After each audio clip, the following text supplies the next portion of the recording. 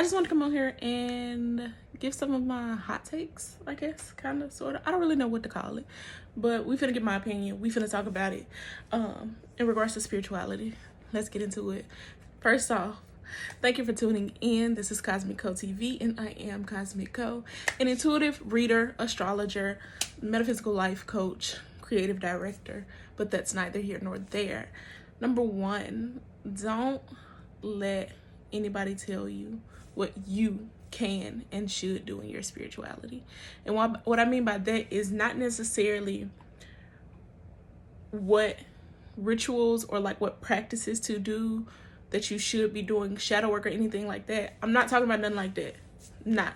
I'm speaking on, don't let anyone dictate what your spiritual practice is, what your spiritual life, what religion you follow, any of that. Nobody can tell you what is and is not possible for you.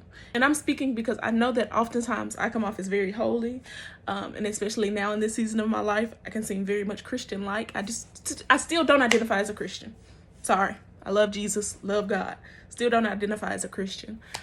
But even though that is true, and even though I do follow some of those practices and I do read and believe in the Bible, I also have a lot of other practices and a lot of other paths and takes that I follow as well. Like, one does not negate the other. One thing that came to me was my father of heaven and my mother of hell, okay? Because let's get into it. Let's talk about it. It came to me a few days ago, but it popped back up in my head today. My father of heaven and my mother of hell. Very contradictory, but for me, that's very much true. Although I do practice certain Christian practices, I do believe in the Bible, be tuned into church. My mother is of hell, baby. Listen, and I don't mean that literally in the Christian sense of hell, but what I mean by that is that my mother is of darkness, my father is of light. And if you are tuned in and tapped in, you know that to be true of the divine feminine and the divine masculine essence. I do believe in God, right? I'm also one of those people, I don't spend too much time trying to figure shit out. It ain't for me to figure out. It's about what I believe and what make me feel good. Not feel good, but betters my life, right? So what I mean is that there are a lot of things that God has provided for me, that God has helped me through, that God has healed within me, that I walk with God, right? But my mother, right, that primordial being, because let's talk about it, the divine feminine is a primordial being. We have expressions of that energy through different deities and so on and so forth, but that divine feminine is the divine mother, and she is primordial. She is darkness. She is darkness. And although there are certain things that God can teach me and does provide and does give, because I will say God is a provider, there's some shit God cannot. God don't know nothing about.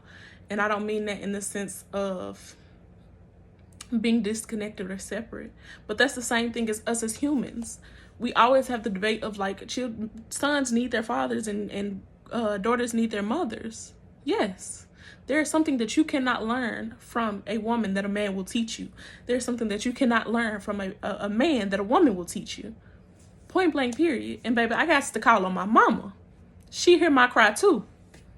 She hears my cry too. Just like Father God hear your cry, Mother God hear your cry too. Call on her. Especially as a woman, as a feminine, anybody who embodies feminine energy and identifies with it completely wholly. Not that you don't have masculine energy either. As a feminine woman, I gotta call on my mama. Let me talk to her.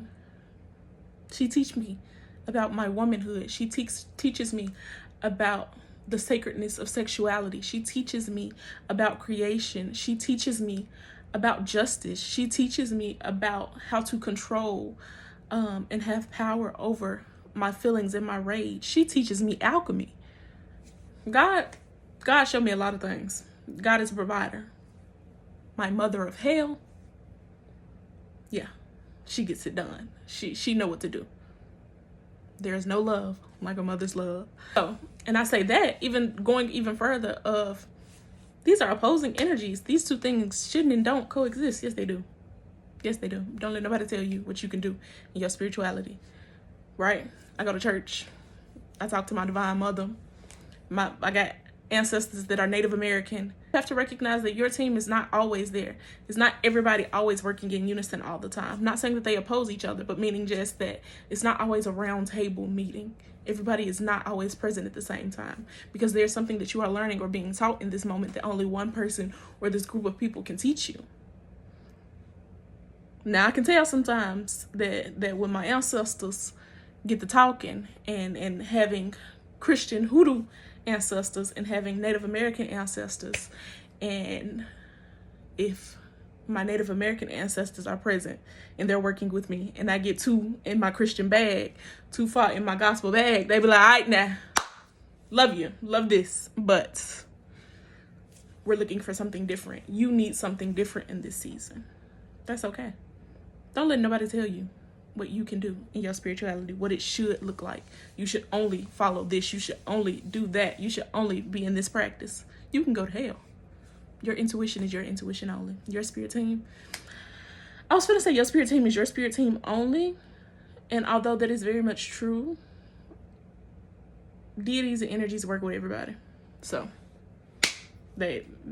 you might have that collective of people specific for you, but that don't mean they ain't working for other folks either. And be mindful of that. Don't be selfish. Don't have these heavy expectations or unrealistic expectations and expect for folks to be at your beck and call 24/7. My folks tell me, baby, you don't need me. You don't need me. You don't need me right now. I'm gonna go. I'll be back. Also, I guess I'll let this lead me into my next thing. One perspective or opinion that I have is that your spirit team works as the managers for God, under God. Like, God is the CEO. God owns the company. Your spirit team is the people he has delegated. They are the CEOs. They are the managers. They are the regionals. Like, them. And for me, in my own experience, sometimes your spirit team, not sometimes, but your spirit team is there to bridge that connection, to bridge that gap, right? So they are there to help you on a more consistent basis. They are the teachers. God is the principal. There we go. God is the principal of the school. Your spirit team are the teachers. And sometimes when your teachers, not that they ain't working, but when you aren't able to work with or see the signs, the messages, the symbolisms, to see the lessons that they're trying to show you, to see and utilize your intuition, or that connection is for some reason faulty in that moment, they gonna take a step away. God got to step in. And one thing I always tell people is, baby, you don't want God to have to step in. You do not want to have to go to the principal office. That is why you continue to build and maintain spiritual connection. That is why you sit in meditation. That is why you keep up your altar. That is why you journal. That is why you pray. So that connection with your spirit team stays 100% locked in, loaded. I can see, I can hear, I can think clearly. I can put all the pieces together. Because if God got to step in, if I got to go to the principal's office, it's not going to be cute. It's not going to be pretty. It's not going to be what you want. It's not. It's not. It's not. It's not.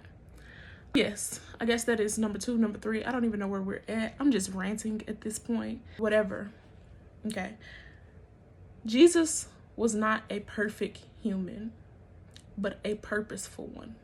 That came to me today. Jesus was not a perfect human, but he was a purposeful one. And sometimes we forget that Jesus was human. Let's talk about that. Anyways, Jesus was not a perfect human. He was a purposeful one. We often idolize Jesus to this sense of perfection, of like, oh my God, this is perfect. Like, he was perfect. I want to be like Jesus. Yes, you want to be like Jesus, but not because of the qualities or characteristics that he necessarily had, but because he was led by purpose. But because he had a calling and he knew his calling, he was tapped into and he operated in alignment with that calling. If you know who you are, and when you know who you are, you can move in the world so much more intentionally, because you can operate with the checklist of, is this in alignment with who I am, who God is calling me to be? Or is this out of that alignment? Is that simple? Is this in alignment with who I am? Is this in alignment with my purpose? Is this in alignment with my calling? Is this in alignment with who I want to be?